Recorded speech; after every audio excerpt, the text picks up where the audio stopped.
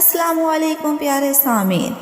چور چور چور پکڑو چور کو، یہ الفاظ سنتے ہی میں ہوائی فائرنگ کرتا ہوا بھاگنے لگا۔ بدقسمتی سے قریب ہی کہیں پولیس وین گشت کر رہی تھی۔ موسم بھی خاصا سرد تھا، لیکن میں ہر چیز سے بے نیاز ہو کر اپنی ساری طاقت بھاگنے میں صرف کر رہا تھا۔ پولیس سے بچنے کی صرف ایک ہی تدبیر تھی کہ جتنی تیز میں دوڑ سکتا ہوں دوڑتا چلا جاؤں، اس لیے مجھے اور کسی بات کا احساس نہیں تھا۔ بھاگتے بھاگتے میرے اعصاب شل ہو رہے تھے، میری ٹانگیں جواب دے چکی تھیں اور یوں لگتا تھا کہ جیسے اب گرا کہ اب گرا، مگر رکنا، گرنا یا رک کر دم لینا میری موت کے برابر تھا۔ اس طرح میرا پکڑا جانا لازمی تھا، اور اگر پکڑا جاتا تو یقیناً سزائے موت ہوتی۔ میرے نام پر جو جرائم کی فہرست تھی وہ بہت طویل تھی۔ میں کتنا ہی مجرم سہی، مگر اللہ تعالیٰ کی ذات سے کبھی منکر نہیں رہا۔ یا اللہ میری مدد فرما، میں جانتا ہوں کہ میں نہایت برا آدمی ہوں، تیرا نافرمان بندہ ہوں، لیکن یہ بھی جانتا ہوں کہ تجھ سے بڑا رحیم و کریم کوئی نہیں۔ میں بھاگتا جا رہا تھا اور ساتھ دعائیں کر رہا تھا۔ اچانک مجھے احساس ہوا کہ پولیس مجھ سے کم فاصلے پر رہ گئی ہے۔ میں ہمت ہارنے کے بجائے اپنی پوری قوت ٹانگوں میں منتقل کرتے ہوئے ایک مختصر سی گلی میں داخل ہو گیا۔ گلی کی نکڑ پر مجھے کامران ڈرائی کلینر کا بورڈ نظر آیا۔ میں آنن فانن دکان میں گھس گیا، لیکن میرے وہم و گمان میں بھی نہیں تھا کہ اندر میری ملاقات کامران سے ہو جائے گی، وہی کامران جس کی ڈکیتی کے منصوبے پر عمل کر کے میں نے پورے 2 سال سلاخوں کے اندر گزارے تھے۔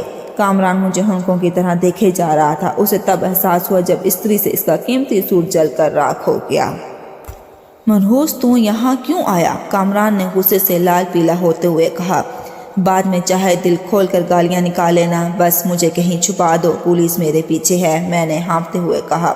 بدبخت کہیں گے تو اپنے ساتھ مجھے بھی مروائے گا۔ یہ بات درست ہے، اگر میں تیری دکان سے پکڑا گیا تو۔ عین اسی لمحے باہر دوڑتے قدموں کی آواز آئی۔ کامران کا رنگ فک ہو گیا، میرا تو پہلے ہی ہو چکا تھا۔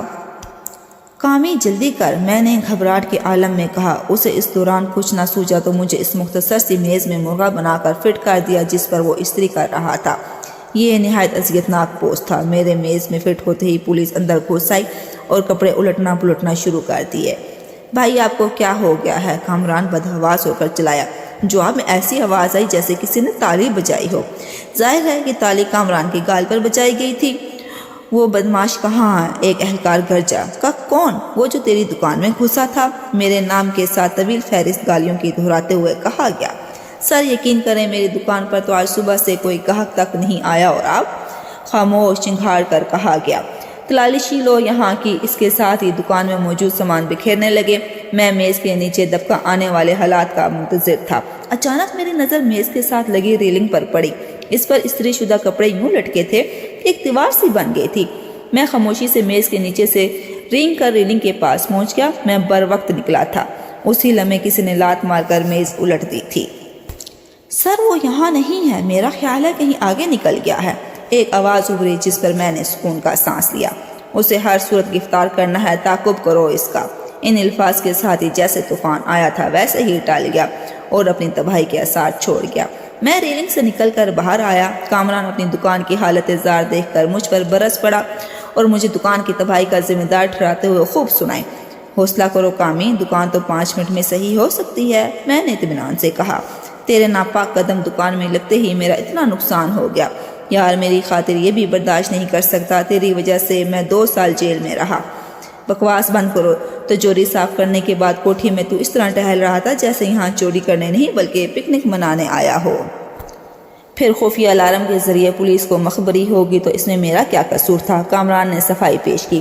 اب تیرا کب واردات کرنے کا ارادہ ہے؟ میں نے موضوع بدل کر کہا۔ جواب میں ایک سنسناتا ہوا تھپڑ میرے گال پر نقش ہو گیا۔ ہائے میں چیخا۔ اب دوبارہ واردات کا نام لیا تو تیرا سر کھول دوں گا، کامی نے خونخوار لہجے میں کہا۔ کیوں؟ کیا تو میرا ہم مشن نہیں ہے؟ میں نے حیرت سے کہا۔ تھا لیکن اب نہیں ہوں۔ میں نے اس گندے پیشے کو خیر بات کہہ دیا ہے۔ تو بڑے فخر سے کہا کرتا تھا کہ کامی مر تو سکتا ہے لیکن اپنے آبائی پیشہ دھوبی نہیں اپنا سکتا۔ بہرحال اب میں اپنے موافق سے ہٹ چکا ہوں، کامران نے 2 ٹوک الفاظ میں کہا۔ تیرے جیسا لفنگا جرائم کی دنیا چھوڑ کر شرافت اختیار کر لے، یہ بات میری سمجھ سے بالاتر ہے۔ میں چپ نہ رہا۔ بات دراصل یہ ہے کہ تقریباً 6 ماہ قبل میں ایک گھر میں واردات کرنے گیا۔ دیوار پھلانگ کر کمرے میں داخل ہو گیا۔ اس کمرے میں 4 بڑے صندوق پڑے تھے۔ میں نے پہلے ایک کی تلاشی لی جس میں صرف 2000 برآمد ہوئے، جو میرے لیے بہت کم تھے۔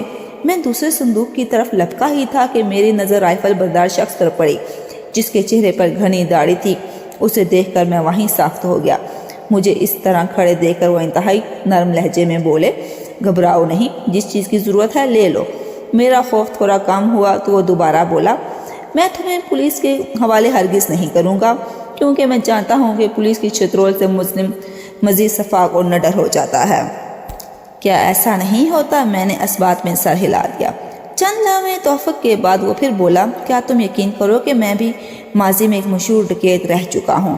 یہ الفاظ سنتے ہی مجھ پر مزید حیرت کے پہاڑ ٹوٹ پڑے۔ جانے کتنی دیر میں حیرت کا خصوصی پوز بنا رہا، مجھے اس کے جانے کا بھی احساس نہ ہوا۔ تھوڑی دیر بعد وہ لوازمات سمیت حاضر ہوا۔ مجھے اس کے اخلاق اور سخاوت نے اتنا متاثر کیا کہ میں نے رات وہیں گزارنے کی آفر کو فوری طور پر قبول کر لیا۔ صبح فجر کی نماز پڑھنے کے لیے اٹھا۔ 12 برس بعد جب مسجد میں قدم رکھا تو بے اختیار میری آنکھوں سے آنسو چھلک پڑے۔ بس میں نے توبہ کر لی اس کام سے۔ ایک بار بتا، جب میں تیری دکان میں گھسا تھا اس وقت تو مجھے دیکھ کر اتنا پریشان کیوں ہو گیا تھا؟ اور پھر اسی پریشانی اور حیرت میں تو نے قیمتی سوٹ بھی جلا ڈالا، پھر تو مسلسل کوس بھی رہا تھا۔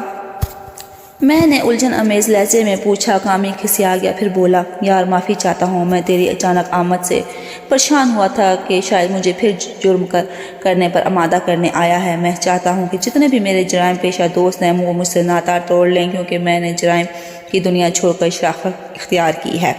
رہی بات کوسنے کی تو میرے بچپن سے عادت ہے، اس پر بھی کنٹرول کرنے کی کوشش کر رہا ہوں۔ اسی دوران عشاء کی اذانیں ہونے لگی۔ اب کہاں کا ارادہ ہے؟ مسجد کا، کامی نے دکان بند کرتے ہوئے کہا۔